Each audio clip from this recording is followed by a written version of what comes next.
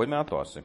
Hierarchie to je, ale ostrakizace žádná. Už ty zbývající věty dávají jakž tak smysl, že jo? Tady jsem potřeboval se vypořádat ze slovy hierarchie a ostrakizace. Takže hierarchie není uspořádání státní, jako monarchie. Jak je hierarchie? Nebudem to prodlužovat. Jak je hierarchie? Jak? Totem pole. Já bych tam, to totem pole bych použil jedině s tím low man on the totem pole. Podle mě samotné, ale to je rozhodně výborné. Jako když řeknete I'm a low man on the totem pole here, tak je to, já tady nejsem nic. Já tady jako nehraju žádnou roli, nemám tady žádné slovo. A ta hierarchie, pecking order, P-E-C-K, that's a good one actually. I just heard that yesterday and well, that's not the only time I've heard it, but I just heard it yesterday. Takže there is a pecking order here. A tím pecking order vlastně říkáte, že jako je stanovené, kdo je komu nadřízený. Že to není tak, že by to byl chaos, prostě každý může každému poroučet, ale že je jasně dané jako rozložení sil. Ostrakizace. Jako oni ostracize teda mají, ale jiné slovíčko, lepší slovíčko, angličtější slovíčko? Blackball? Blackball? No? As a verb. Like if you... all right. So let's say you're a heavy hitter. Heavy hitter?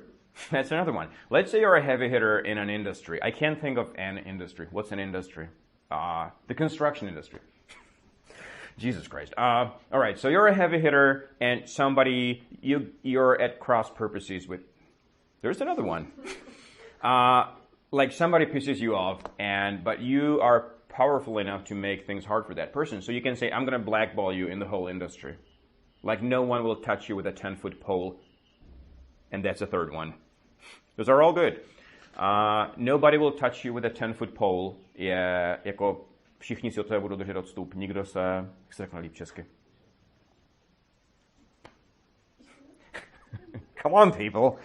These are like good, this is good stuff. And I'm going to run out of it soon. So better pay attention. What did I say? Oh, nobody's going to touch you with a 10-foot pole. Budeš vyvrhel. Co? V češtině? Jo, to je asi přenesené, jo, že to někdo přeložil do slova. A proto musí být něco češtějšího. Jako ten koncept je jasný, že jo? Jako všichni si od tebe budou udržovat odstup. Nikdo s tebou nebude chtít mít. To by bylo, to je velice blízko. Jo, tady tyhle, jo, kolo si o tebe neopře, ani pes po tobě neštěkne, jo, to je dobré.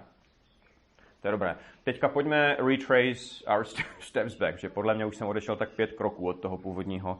Jak to bylo? Nobody will touch you, I will blackball you in the whole industry. Jo, že já tě jakoby pomluvím, očerním a jako vytěsním tě z celé téhle branže.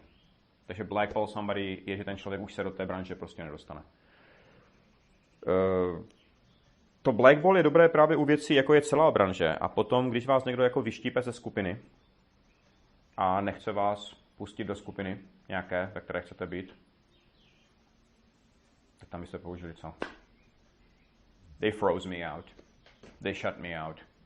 Jo, oni to berou jako, že naopak. My řekneme, já se do té skupiny prostě nemůžu dostat, oni tam nechcou pustit. They freeze me out, they shut me out. Je prostě ne.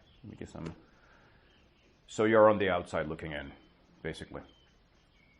Alright. Takže, ostrakizovat, blackball. Přišli jsme na lepší sloveso, nepřišli. Vyštípat? When exactly did I lose you? It was like 5 seconds in. You were like, all right, we're done here. Just let him talk. Ještě z téhle oblasti. Jak řeknete, je vysoce postavený?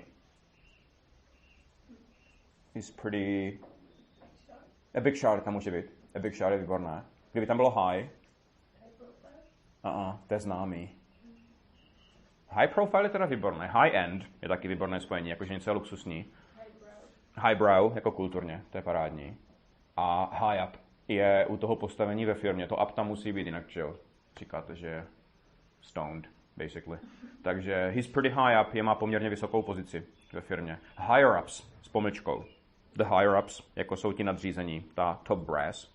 Top brass. I'm on a roll here. Co ještě? A poslední, jak řeknete naopak takové té práci, to je úplně nekvalifikované. Proč je s tím tak jako totálně nekvalifikovaný job?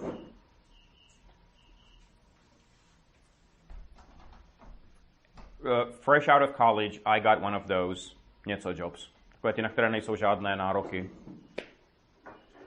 Entry level. That's a good one too. I got one of those entry level jobs. Jo, kde prostě přijdete a oni vás hned vezmou, oni se neptají, jako co umíte. Pokud dýcháte, tak tam můžete pracovat.